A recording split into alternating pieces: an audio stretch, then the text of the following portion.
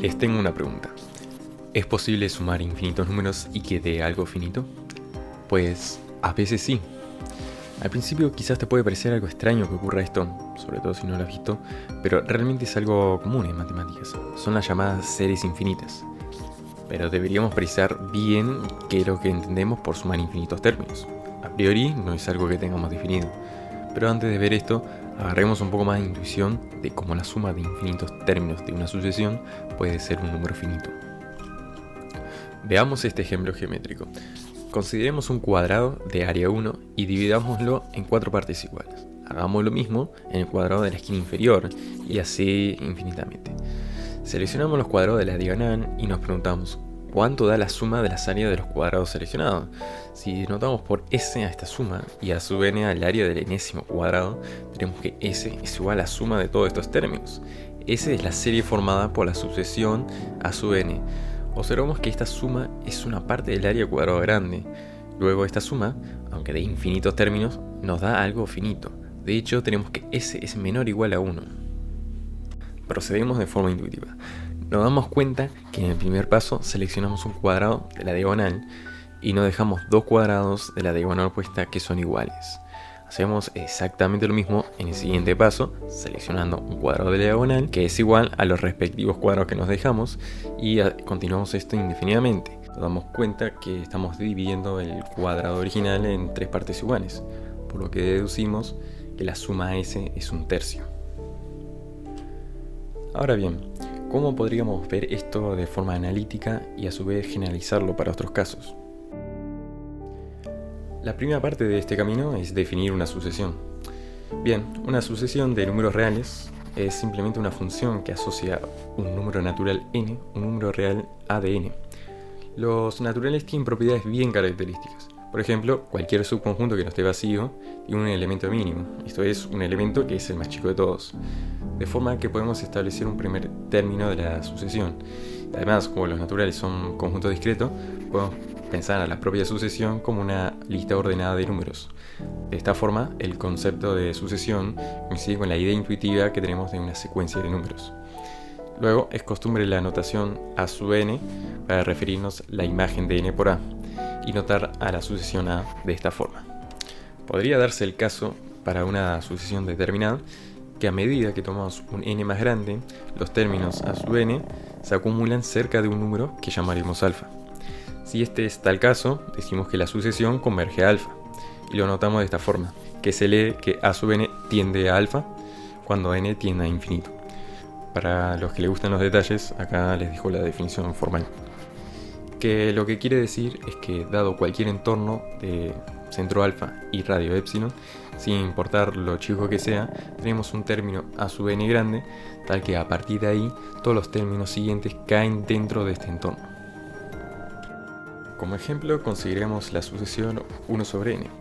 Observamos que para cualquier epsilon positivo que nos tomemos, tenemos un n de forma que cualquier n más grande implica que 1 sobre n es menor a epsilon. Es decir, basta tomar n mayor a 1 sobre epsilon.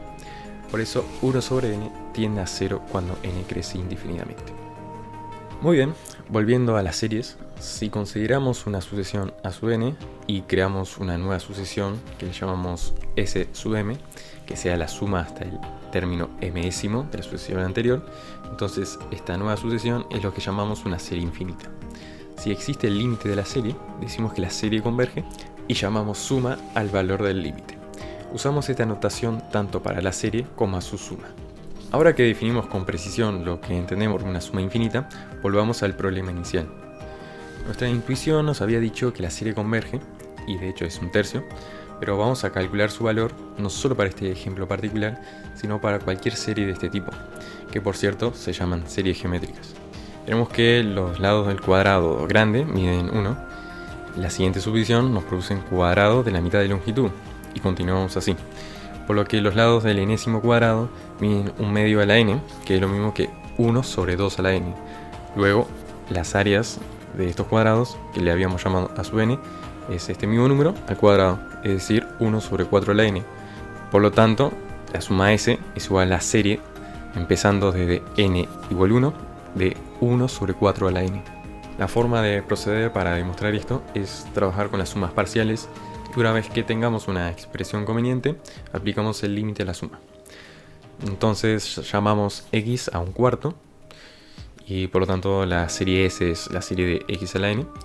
Luego multiplicamos la suma parcial s sub m por 1 menos x.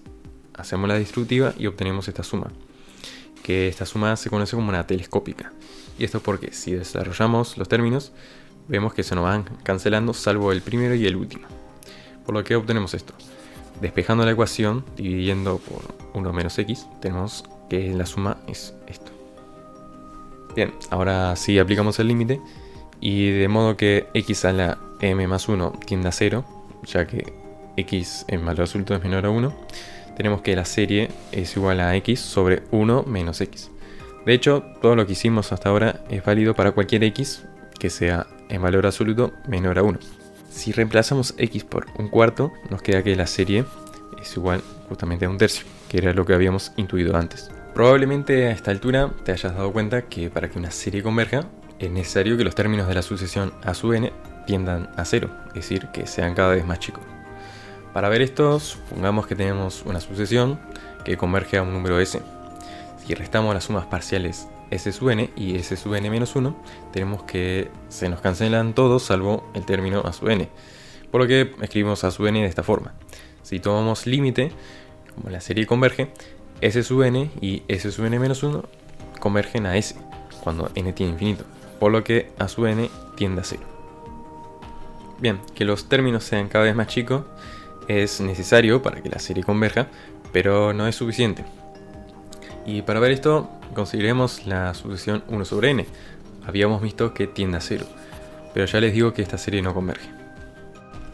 Por lo que podríamos decir que necesitamos que los términos decrezcan lo suficientemente rápido. Para demostrar que la serie armónica no converge, necesitamos comparar la serie con una función que sea menor a cada suma parcial, pero que sea divergente cuando aplicamos el límite. Para los que saben cálculo integral, recordarán que una integral se define por medio de una suma de Riemann. Consideramos la función f, 1 sobre x, que es integrable en cualquier intervalo que no contenga el 0. Tomemos una partición del intervalo 1, n más 1, formada por los números enteros, y consideramos una suma de Riemann superior. Un hecho conocido de las sumas superiores es que si refinamos la partición, es decir, agregamos más puntos, la nueva suma superior es menor a la anterior. De hecho, el valor de la integral será menor que cualquier suma superior. Entonces, para nuestra partición de enteros, la suma superior es esto, donde f de x estrella es el supremo de los valores que toma f en el intervalo xk-1, xk.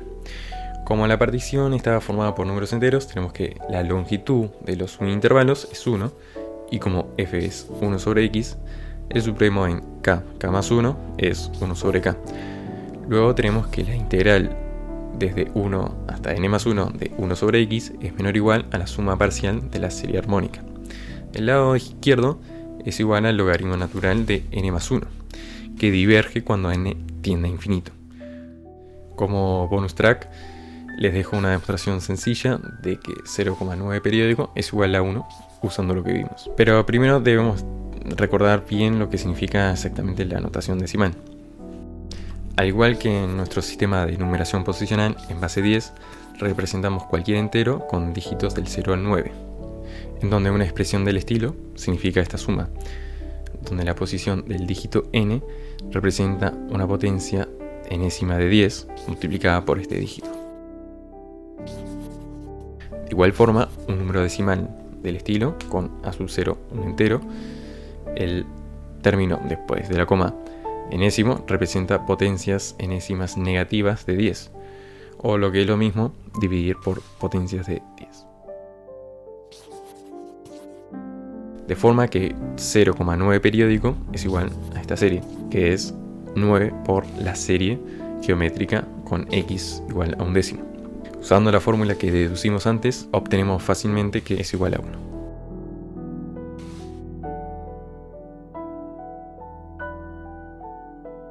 Muchas gracias por ver y hasta la próxima.